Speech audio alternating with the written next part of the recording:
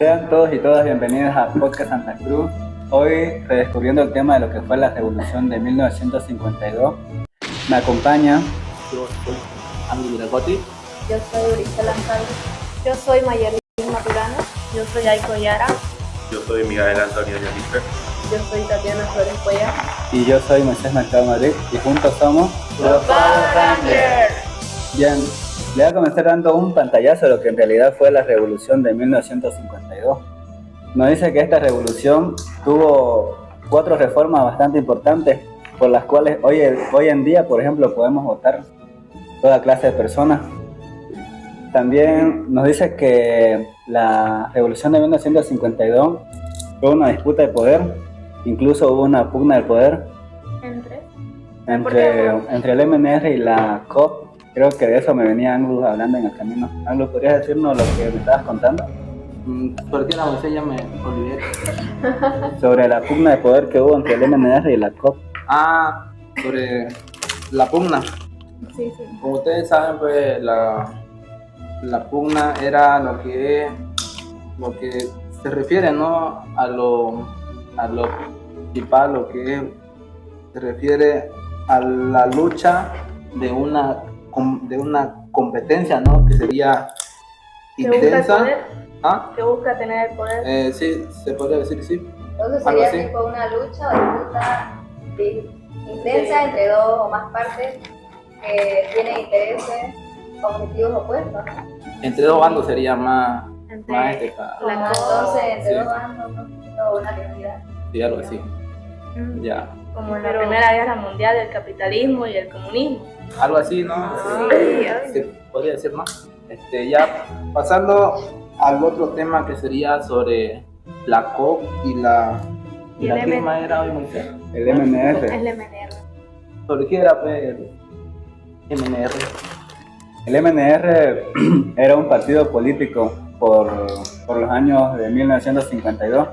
Este partido era un partido nacionalista revolucionario que planteaba unas reformas muy interesantes, las cuales con el apoyo de la COP pudo hacerlas realidad, ya que el MNR y la COP eran aliados estratégicos. La COP apoyaba al MNR porque planteaba varios puntos importantes. ¿A mano de quién está la MNR durante el partido? En ese entonces el MNR como candidato estaba liderado, ¿no? ¿Por Pues, qué se metía entre? No, pues, ya. especialmente que estaba liderado por el mandado de Víctor Paz. ¿Sabes qué? Tenés que esperar que uno termine de hablar primero para que No, O sea, Ya. eso va de educación, meterse en una charla que interrumpida. Yo le sigo. Ya. Lo que proponía el MNR era como que hacer reformas políticas y económicas que puedan vincular a la administración estatal y las empresas privadas. Por ejemplo, un punto importante fue la nacionalización de las minas y las reformas agrarias, lo cual otorgó a tantos obreros que trabajaban en minas, incluso llegando a ganar menos de 50 bolivianos al día. Tampoco. A tal grado estaba la economía en manos privadas que eso era lo que ganaba nuestro pueblo. Y ahora, pero en la actualidad, los obreros trabajan en las minas y igual están. Gana hasta el doble que un tojero hoy en día. Mira, un tojero vas en la mañana, te haces Pero igual están expuestos a peligro porque trabajan en una zona peligrosa. Sí. Donde no entra el oxígeno, entran. Como los tojeros, ¿no? Como los tojeros, porque especialmente igual ¿Qué son los se va tojeros? eso. Nosotros que van en camiones a recoger frutas, a recoger cualquier tipo de frutas, pues ya para otros productores que vayan a venderlo, tipo algo así. Es que Ángel O, a sabe, ver, Ángel pues. sabe más. Ángel sabe. Especialmente así, ¿no? Ya, pero no nos desviemos del tema. Sigamos con el tema, por favor. Ya volviendo al tema, la COP se hizo aliado del MNR gracias a que MNR proponía estos puntos importantes. Claro, como dijo Anlu, comandados por Víctor Paz Extensoro en ese momento. Pero Víctor Paz no llegó al poder así de fácil. Hubo unas elecciones en 1951, las cuales el gobierno anuló, y en ese entonces se le entregó por medio de un autogolpe denominado el Mamatazo. Autogolpe. Eso lo vimos en el anterior tema, ¿no? De la Revolución Nacional. Ah, sí, porque Exactamente, por medio de este autogolpe es que se le entrega el poder a un consejo militar, el cual le entrega a su vez y pone como presidente a Hugo Vallivian. Y la COP, aliándose con el MNR, hacen como ahora, pues cualquier cosa para que uno lo escuchen y es bloqueo. Y así fue en ese entonces, todo el pueblo boliviano, como los matistas, todo el pueblo boliviano saltó y lograron derrocar y sacar a este presidente y colocar a Víctor Paz Tensoro. Más adelante, mediante sus reformas, creó el voto universal, del cual podemos sacar, ¿qué uno podríamos sacar? Del voto universal, antes creo que en la elección de 1956 eran mayormente puras exclusiones el voto estaba limitado a personas como mujeres, niños. mujeres, No. Oye, niños, se refiere a que se refiere a que solo un grupo de personas podían votar y que esto oprimía a la gran mayoría de la Claro. población. las mujeres, por Por los ejemplo, mayores de 21 Las años. mujeres no podían votar, y los analfabetos. analfabetos. Pero ahora solamente se Ahora, puede votar nomás de lo Claro, desde que se implementó el voto universal, ¿qué nos permitía el voto universal, Grisel? O sea, desde que se implementó. yo creo que hay que ver qué nos permitían. claro, pues. O sea, Pero yo lo que tengo, ¿no? Es sobre los cuántos años uno ya puede votar, ¿no? hoy, De los cuántos años en la es, pues, actualidad, desde que se implementó, desde la actualidad. de la actualidad. Hoy en día, pues mira, puedes votar desde que cumplís los 18 años. Ah, como vos, no lo conoces. Como vos, ¿no? Claro, Moisés. Claro, ya votar, ya voy. Puede ser por un candidato que nos proponga algo que busca la orientación del país, que puedes ver hoy en día. Está muy bajo. Todas las Claro cosas que están no. caras, incluso un salario de 1.000 bolivianos hoy en día es casi como ganar 100 bolivianos. ¿No ve? Un ejemplo sería la choripaneada, porque el año pasado hicimos una choripaneada que cada uno se comía 2 o 3 choripanes. Ahora no podemos ni comernos uno, porque todo está caro, Y en la mitad, pues, ¿no? ¿no? Especialmente. Todo subió, el pan subió, todo.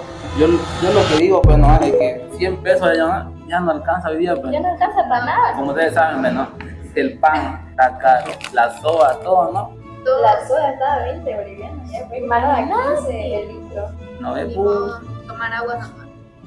eso es lo que Ya, pero nos estamos desviando del tema, del voto universal. Y ahora, antes esto no era así, pero en 1956 se implementó este voto, lo cual permitía que todos los ciudadanos voten independientemente de su género, o su educación, o su trabajo. Y esto fue un punto importante en nuestro país.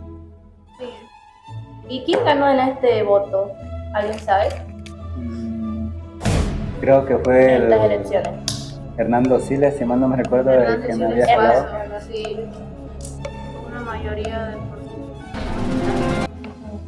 ¿Pero por qué la gente votó por él? ¿te podrían decir o...? pues nadie sabe. Oh, nadie sabe. Creo que es porque demostró el valor de las reformas y quiere implementar reformas políticas y sociales. Según mi punto de vista. También puede ser porque mucho más antes, en el siglo XX, Bolivia era gobernado por una élite oligárquica. Entre ellos podemos describir a los terratenientes, mineros y políticos. Esta élite oligárquica era pues la que se beneficiaba del voto privilegiado, ya que no dejaba votar a las demás personas. Y tal vez esa valentía de la que vos hablás era la que Hernán Siles le proponía al pueblo que le iba a hacer el voto universal por el cual él ganó y seguramente les dijo que iba a garantizar su derecho. Sí, ya promulgó más la reforma. También promulgó como la nacionalización de las minas, la reforma agraria. Cosa que otros partidos conservadores no proponían, sino que querían mantener esa forma de gobernar. Pero es algo contradictorio, ya que en 1959 Hernán Siles fue denunciado por corrupción y autoritarismo. Creo que se contradice, ¿no? ¿Qué ocurrió gracias a esto? Porque fue denunciado por corrupción. O sea, que era corrupto. Corruptados. Algo que agregar, todo el mundo es corrupto. Hasta los profesores, digamos. ¿Los profesores? Ya eso no se dice. Eso es ya lo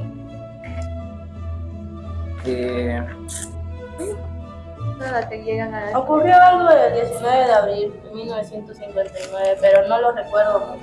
¿Alguien podría implementar algo? ¿De qué año dijiste? De El 1900. 19 de abril de 1959.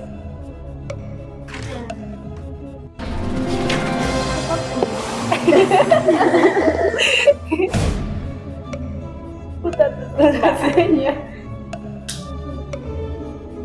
Sobre qué pasó el 19 de abril de 1959.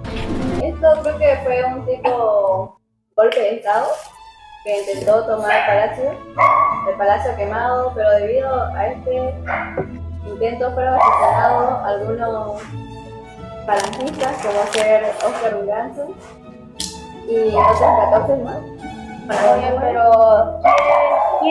¿quién hizo este golpe de estado?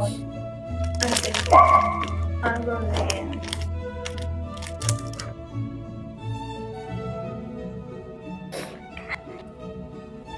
Sí, el que intentó hacer, el que intentó hacer el golpe de estado fue el Falange Socialista Boliviana, que era como, ¿qué era? Como,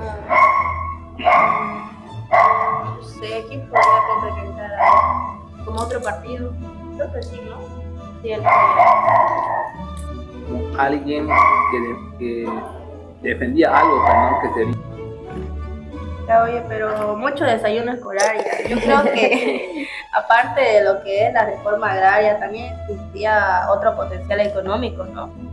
Como por ejemplo la producción energética administrada por YPFB. Sí, ¿quién sabe qué es YPFB? ¿Qué es YPFB? A ver. ¿Sabes? ¿Qué significa? A ver, vos Maya, yo creo que vos sabés, ¿no?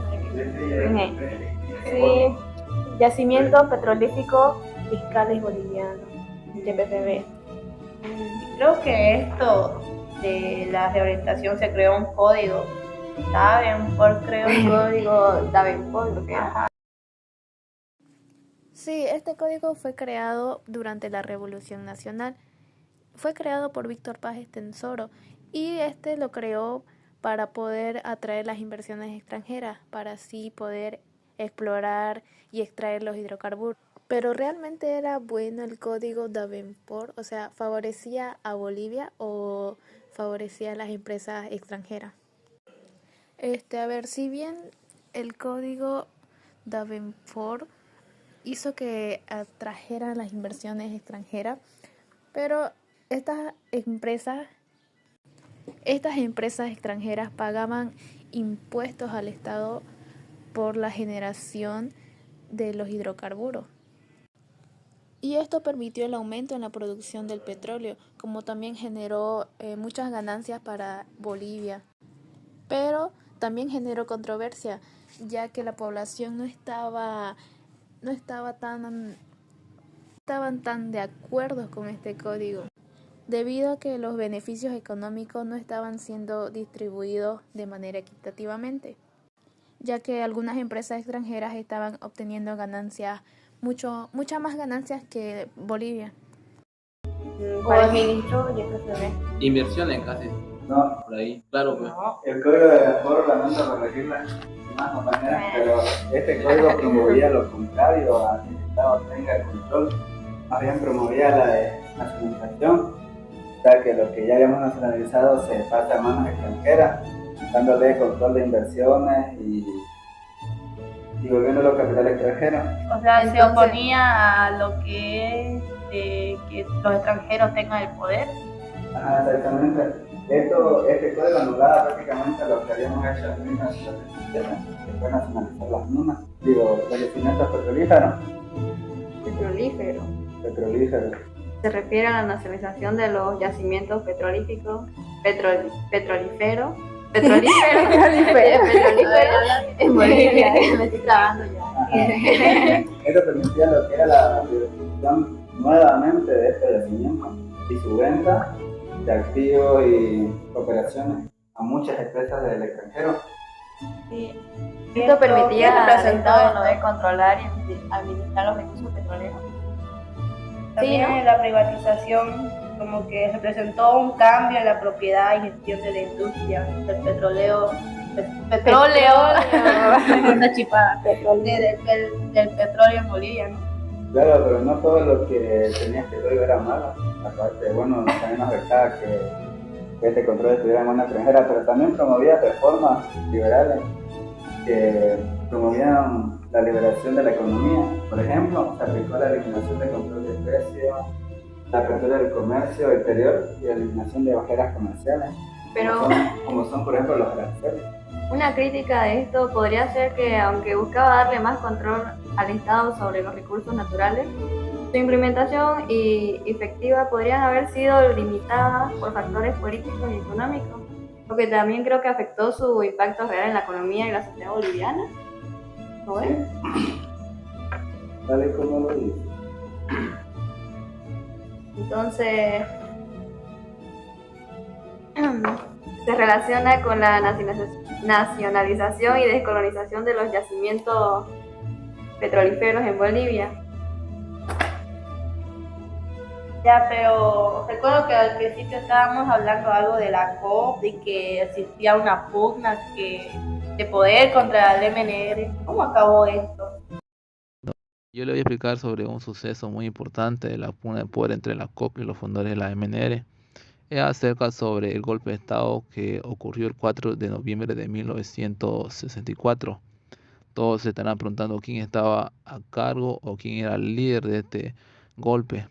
Era principalmente el vicepresidente René Barrientos, junto también a su comandante militar, que sería Alfredo Obando Candia. Este golpe también derrocó al presidente Víctor Paz, que también era reelegido a un tercer mandato. Y también era líder de la Revolución Nacional de 1952. Este golpe de Estado dio también lo que sería una parte de un periodo de protesta y de conflicto social, pasando a los militares. Los militares tomaron estas acciones como una acción de revolución restauradora, que dio también el inicio de 18 años de gobierno militar, entre el año 1964 hasta el año 1982. Esa sería esta mi explicación. Pero también... ¿Sabías que Aunque al principio empezaron como aliados, poco a poco las ideologías de ambos bandos se fueron como dispersando, o sea, como que ya no pensaban lo mismo. Y esto acabó en la ruptura de la COP con el MNR, ya que la COP cuestionaba el rumbo en el que su progreso, que en un principio promovía el MNR, fuera a ser factible, ya que ellos exigían un mayor protagonismo de los trabajadores y el pueblo boliviano en la toma de decisiones. Esto también eliminando la corrupción.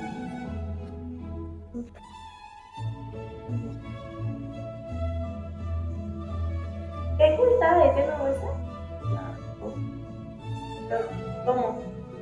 ¿Cómo fue que ¿Por qué terminó, no? la COP se separó de MNR?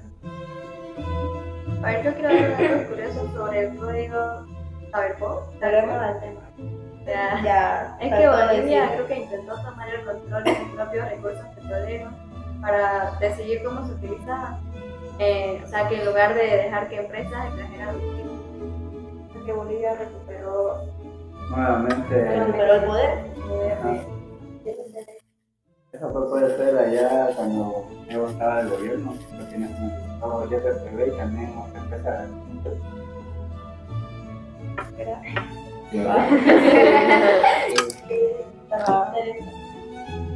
Ya continuamos con la COP, o tenés otro. No, ya no. Ya Hay que hablar más de Juan Lechín. Dale, el último. A ver, también hay un personaje que quiero mencionar, a ver, leer un poco sobre él.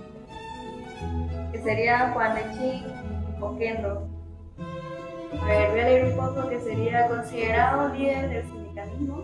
Fue denominado el maestro. También fue dirigente minero de Catavi. ¿Sí lo que? Ya, se combatió en el Chaco. Su vida política y sindical comenzó en 1943 cuando se integró a las filas MNR Curios. Fundó la Federación Sindical de Trabajadores Mineros de Bolivia. Oye, pero actualmente la COP y la MNR no tienen relación. En la actualidad, Ajá, o sea, son relaciones inexistentes. Sí, sí, puede decir que sí. ¿Y me puedes decir por qué ya no tienen relación? Podría ser que porque, como dije anteriormente, la COP y el MNG, aunque al principio promovían una ideología fuerte y unida, con el paso del tiempo, de los años del gobierno, se fue como que diferenciando esta ideología. Puede ser por eso que ahora no tienen nada que ver claro, una parte con la otra. Sin embargo, podemos ver que la COP se alió con el MAS, el movimiento socialista. ¿Verdad? claro, porque el partido de MNR también se volvió corrupto. Todos los partidos políticos están gobierno. Y la Bueno, sí, COP se alió al socialismo, tal vez puede ser porque, aunque el MNR cambió y se volvió corrupto, la COP siguió con los mismos propósitos de nacionalizar las minas, darle más derechos a los Subió al indígenas. partido más. Por eso mismo que te estoy comentando ahora, puede ser porque la COP nunca cambió sus intereses, como era la nacionalización de la mina, más derecho y ventaja a nosotros los bolivianos en contra de una inversión extranjera o una inversión. Entonces se llevó a cabo importantes reformas sociales en Bolivia. Exactamente. O sea, que buscaba que todo lo que hacían sea internamente en el país, ni con ayuda extranjera, ni que intervenga la parte extranjera, ¿no? Claro, como podemos ver en algunos productos nacionales, el sello de Bolivia que dice hecho en Bolivia y consume lo nuestro. Pero, estoy muriendo. A ver, ahorita nos atacan. Oye, pero aún así existe lo que es, ¿qué se llama? El contrabando, que no consumen productos bolivianos. ¿Por qué se da esto? O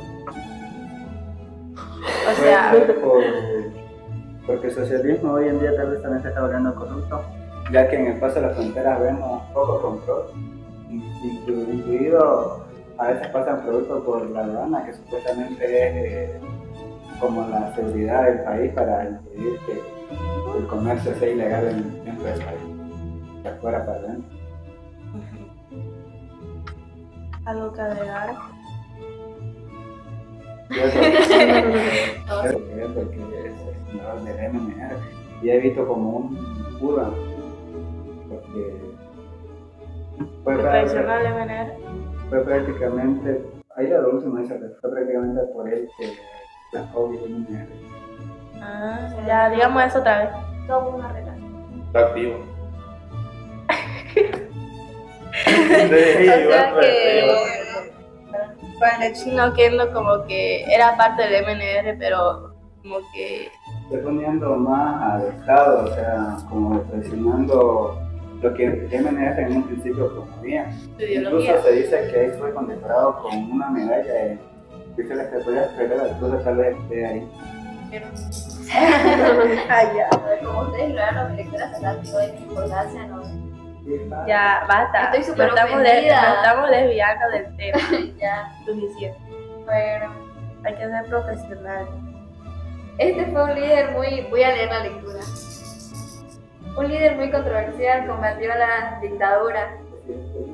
También se alineó a las políticas de los gobiernos de turno que le causó de ser obrero de día y burgués de noche.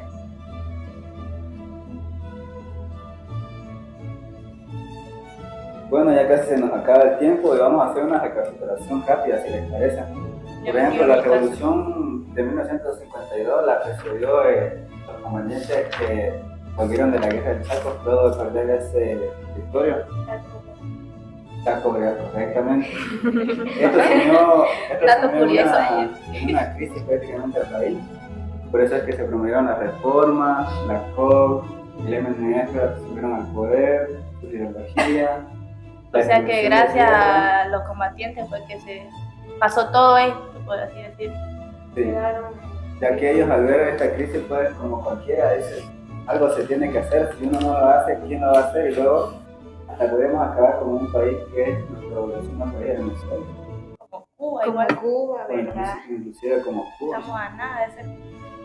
Entonces, por esa razón que Lechísimo jugó en la Revolución Nacional de 1952, haciendo un papel clave en la acción nacional y llevó a cabo importantes reformas sociales y económicas en Bolivia. Y así una carga mía. Sí, tal vez también por eso fue condecorado con la medalla del Cóndor de los Andes por General Hugo Banzer. Esa medalla creo que es un reconocimiento mayor. Es un reconocimiento importante en el Sí. En conclusión, en la reorientación pasaron cosas, o sea, las reformas tuvieron sus buenas y malas, por así decirlo, pero ayudó al país. Nos ayudó a estabilizarse y también a prácticamente al pueblo indígena a darnos derechos. Tal vez puede ser que por eso nuestros padres tuvieron educación y hasta ahora nosotros la tenemos. Y tuvo sus buenas como lo que es el voto universal, el derecho a la educación y entre otros más. Oye, pero yo tengo una duda todavía sobre la elección del voto universal. ¿Qué podrían agregar sobre ese tema? A ver, ¿qué no hemos dicho sobre ese tema? Ya pues hablen. Sí. Más sobre la votación Ya lo hemos dicho todo, digamos. Podríamos agregar que tal vez deberíamos implementar como más seguridad en ese punto, ya que tal vez no queremos que pase lo que se repitió ya 2 veces, que fue un fraude tanto en 1951 en el MNR como el gobierno del MAS quiso hacer en el 2019, creo, el fraude de las elecciones. Inclusive hubo una fecha importante que Santa Cruz recuerda mucho, que es el 21F, con el cual un referéndum le dijo no a la reelección que pretendía hacer Evo Morales, así como lo hizo un personaje que mencionaste tú, ¿cuál era? Ah, el presidente de... Lenin. No, Hugo Banzer. Algo por ahí debía ser. Víctor. Hernán Siles, ¿te referís a él? Sí, correctamente. ¿Cuántos mandatos él ya tenía? Primeramente fue vicepresidente y luego de eso tuvo 2 mandatos de presidente y fue como casi lo que hizo Evo durante los años 2019. Pretendía reelegirse otra vez para un 2025, lo cual según la Constitución Política del Estado no permite a una persona gobernar un máximo de 3 mandatos. No, 2. Creo que lo dijo el profe Felipe la otra clase, Sí. la otra vez. Dependía, prácticamente Evo fue el hombre que más tiempo gobernó Bolivia. Sí. Yo me acuerdo que cuando era más chica, cuando Evo recién estaba empezando la candidatura, yo votaba por Evo y decía, ¡viva Evo! ¿Quién no? Eso sí. ¿Verdad? Mi Eso- mamá es maldita.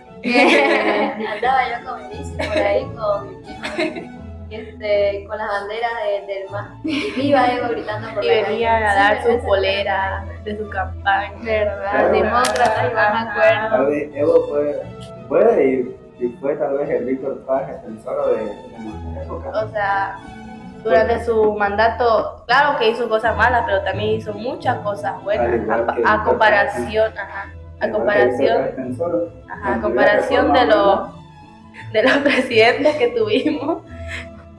Claro, estos 2 personajes, por ejemplo, vamos a ponerlo como ejemplo, que promovieron cosas buenas, pero a la larga su gobierno fue cayendo. haciendo cosas malas. Todo presidente. Claro, como todo presidente, tiene cosas buenas. Incluso hoy en día Evo pretende postularse en estas elecciones recientes. Pero ya no Lo van a puede. dejar. Ya no puede. Ya no puede. Ya no fue porque debido a que ha participado 3 veces, debe seguir siendo Y presidente. tiene hartas denuncias. Pero recuerden lo También que... sobre las lo cosas que que cometió en el pasado de estar como Muy quedando noble. pegadita. Ajá. Ya, Bueno, pero eso es otro tema No se aparte. sabe, es teoría, se Ajá. dice teoría. En teoría también hubo ya investigaciones y confirmaron. Salió en la declaraciones tele. de las chicas que fueron abusadas por él. Ay, ¿verdad? Pensándolo bien. Gracias por el comentario. Ya, pero eso es un tema aparte del tema. ¿Verdad? Un dato curioso sobre Evo. Bueno, y esto puede ser como la recapitulación de todo lo que hemos hablado a lo largo de este podcast, que fue bastante... Fue bueno ya que compartimos nuestras ideas y opiniones.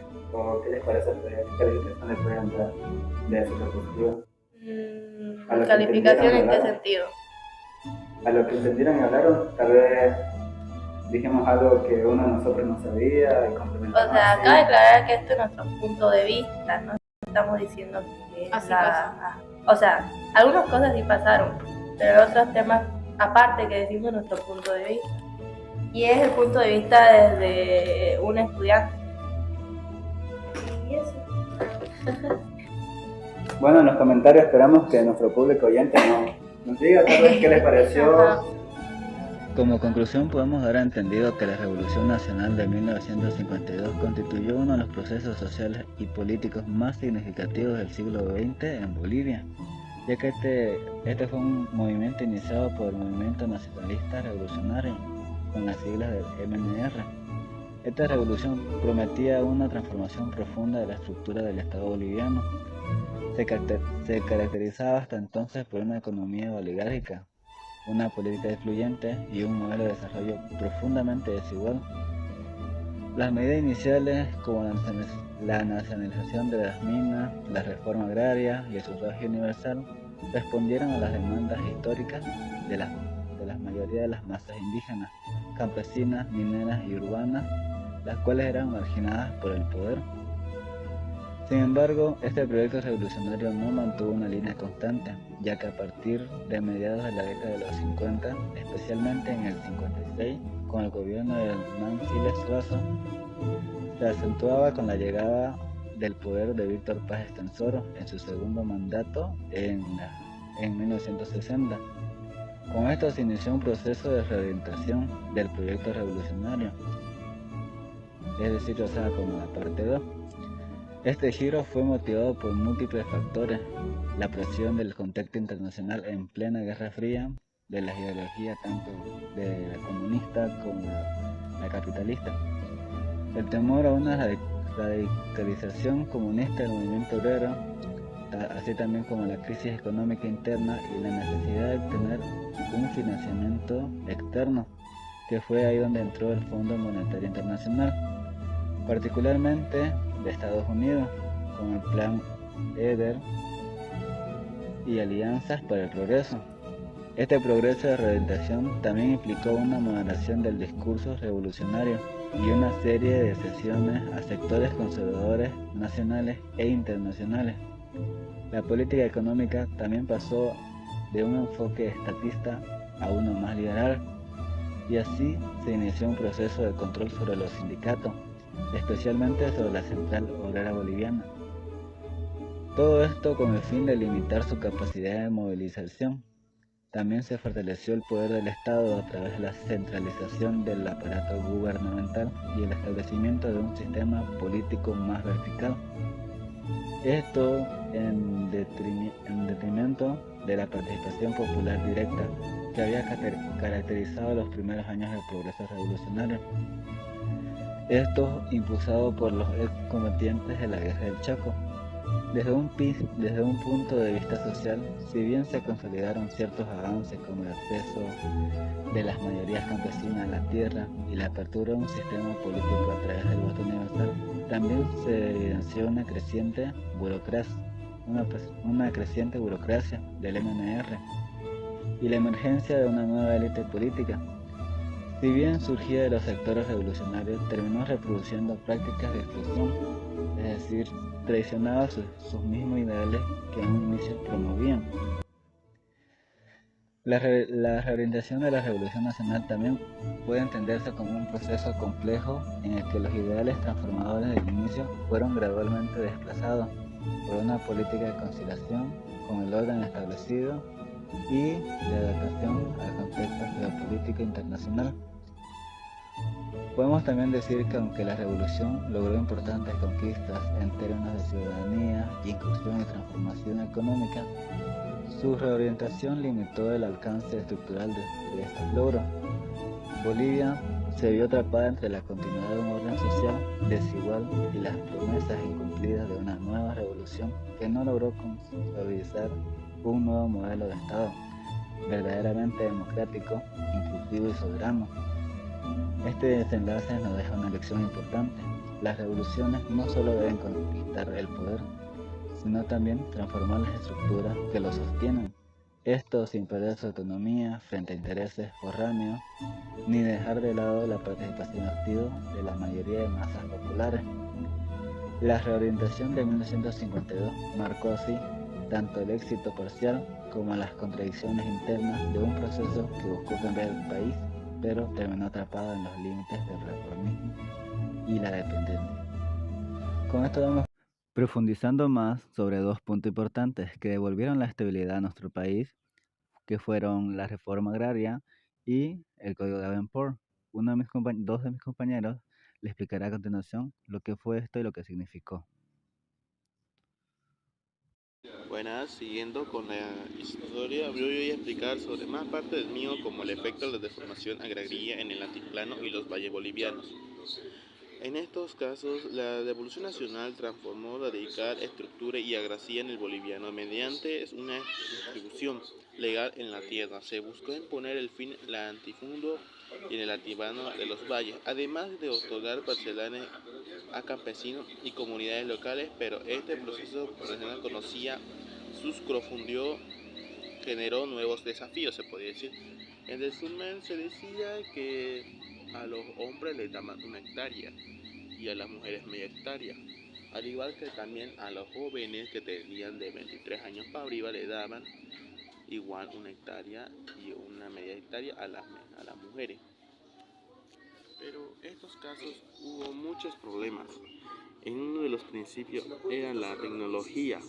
Uno de esos, debido a que no tenían la suficiente tecnología, algunos se enfermaban, tan cansados, incluyendo se lastimaban por hacer el trabajo bien explotado, ya que eso era los que lo hacían, una explotación.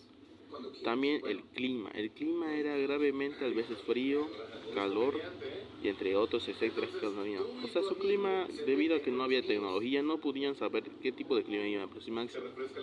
A veces también había algunos problemas, como por ejemplo en las hectáreas, que algunos no podían producir nada y otros sí.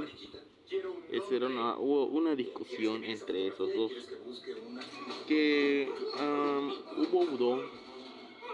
hubo una división de grandes propiedades parciales más pequeñas, aunque la democratización accesó a las tierras, francamente unidades productivas, dificultades e implementó las técnicas agrícolas, modernando a la alimentación, capacidad de los campesinos para acceder a créditos y mercados. Este fragmento es una contribución presidencial de la pobreza rural y la desigualdad de acceso a los recursos. A continuación, Bien, con esta información damos por concluido la reorientación de lo que fue la revolución de 1952 en Bolivia. Comenta qué te pareció este podcast y sigue el canal para más contenido informativo y educativo sobre la historia de nuestro país. Espero que hayas aprendido con este podcast y recuerda estudiar para tu próximo examen de historia sobre nuestra Bolivia. De estudiar para el examen, no estudiamos para el examen, así que ¿cómo aprobaremos el parcial golpista? La respuesta es clara, no lo haremos.